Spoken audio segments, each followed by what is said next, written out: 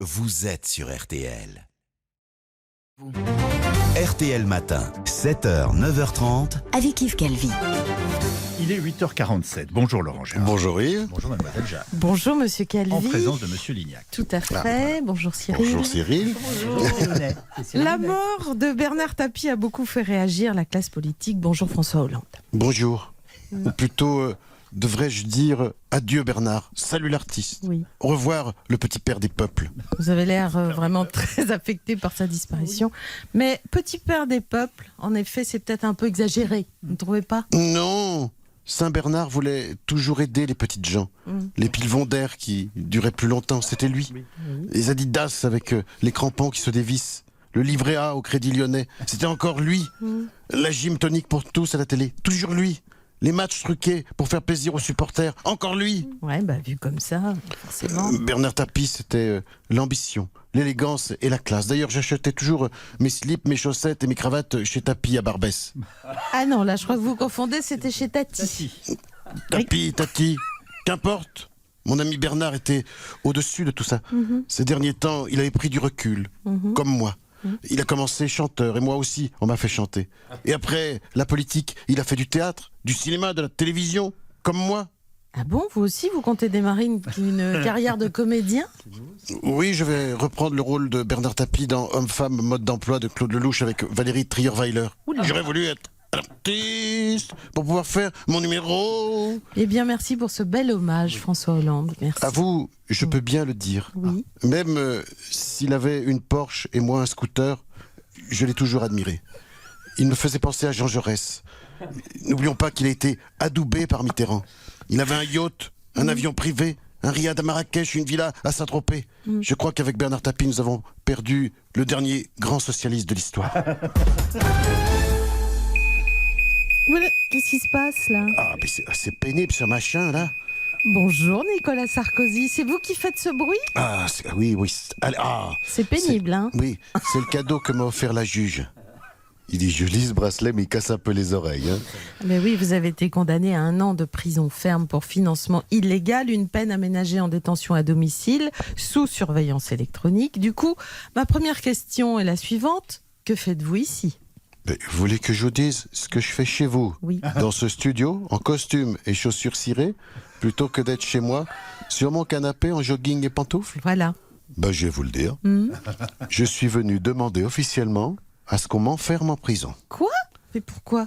On voit que c'est pas vous qui devez toute la journée supporter les ritournelles italiennes chantées par une voix de fausset. C'est une torture. J'en appelle à la Cour européenne des droits de l'homme.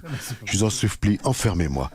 Et puis, les parties de Monopoly avec la petite Julia, ça va bien 5 minutes. En plus, elle est taquine, la petite Julia. Tout le portrait de son père.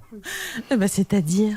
C'est toujours elle qui construit les hôtels internationaux rue de la Paix. Ah oui. Et puis, je sais pas comment elle fait. Elle me fait toujours passer par la case prison sans toucher les 20 000. Franchement, je crois que je préférerais encore jouer à la belote avec Riton le dessoudeur dans une cellule à la santé.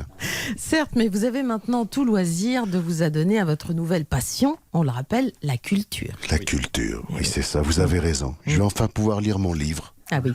Promenade, 300 pages, 29 € chez Intermarché.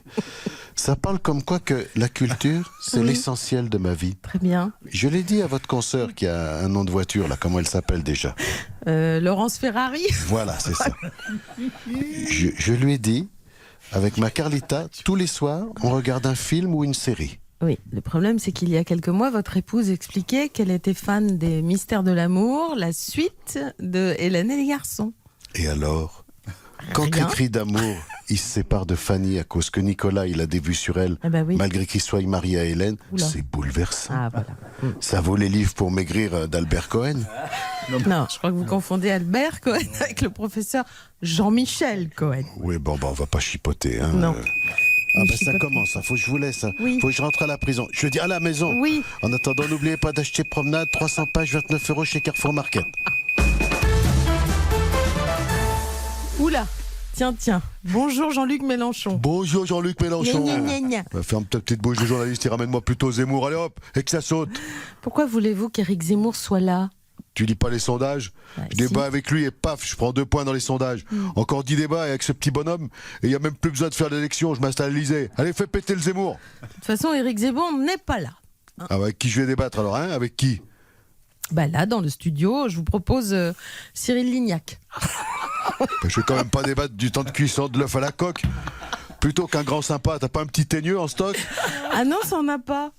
Bonjour madame. Ah bah tiens, bonjour François Ruffin. Voilà. Et bonjour patron. Mais qu'est-ce que tu veux, Saturnin?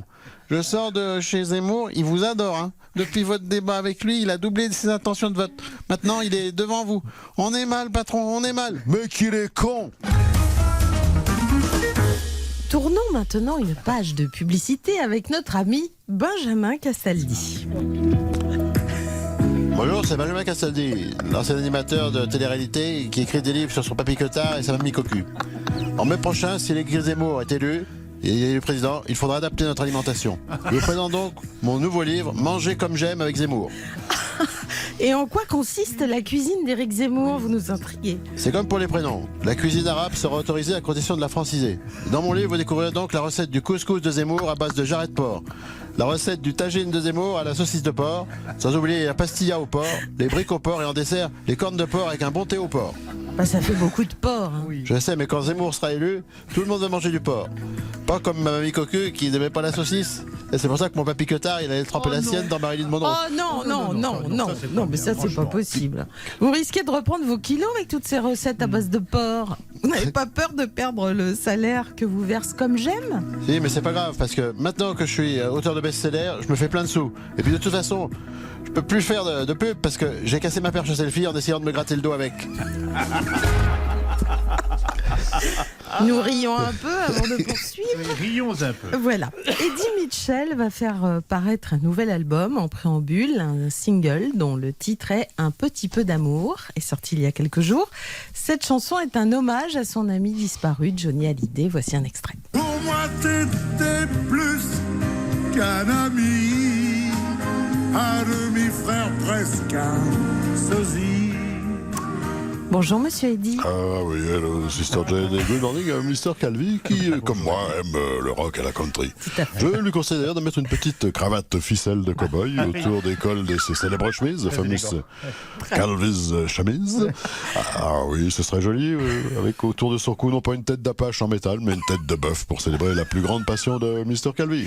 Quoi, le rodéo? Non, le bœuf bourguignon, la fameuse Burgundy beef. Bien, revenons plutôt à cette très belle chanson hommage à votre ami Johnny Hallyday. Absolument, mais j'aurais pu, comme Anne Hidalgo, the famous dingo du vélo, l'honorer d'une sculpture en ferraille, mais je ne suis pas assez chez Casto, pas passé chez Casto, je n'avais pas la boîte à outils. Du coup, j'ai utilisé mon matériel personnel, c'est-à-dire quelques notes de musique et puis un petit peu d'amour. Oui, on ne vous sent pas très convaincu par cette sculpture inaugurée, rappelons-le, à Bercy par Laetitia Hallyday et la maire de Paris. Une sculpture composée d'une moto désossée, posée sur un manche de guitare géant. Ah oui, et pourtant c'est joli. Poser une moto sur un pylône en forme de manche de guitare témoigne d'une belle imagination ou de problèmes psychiatriques sévères. The famous zinzin thérapie. Pourtant, la guitare et la moto étaient les deux passions de Johnny. Hein, ah, ben oui, ça, je dis monsieur, absolument. Oui. D'ailleurs, j'attends avec impatience l'inauguration d'une sculpture hommage à la carrière trop brève de Benjamin Griveaux. Un phallus géant, John Phallus, en acier de 25 mètres avec un smartphone désossé dessus. Ah oui, alors là, je dis bravo, ils sont prêts à tout. Merci, C'est clair, monsieur. ils sont vraiment prêts.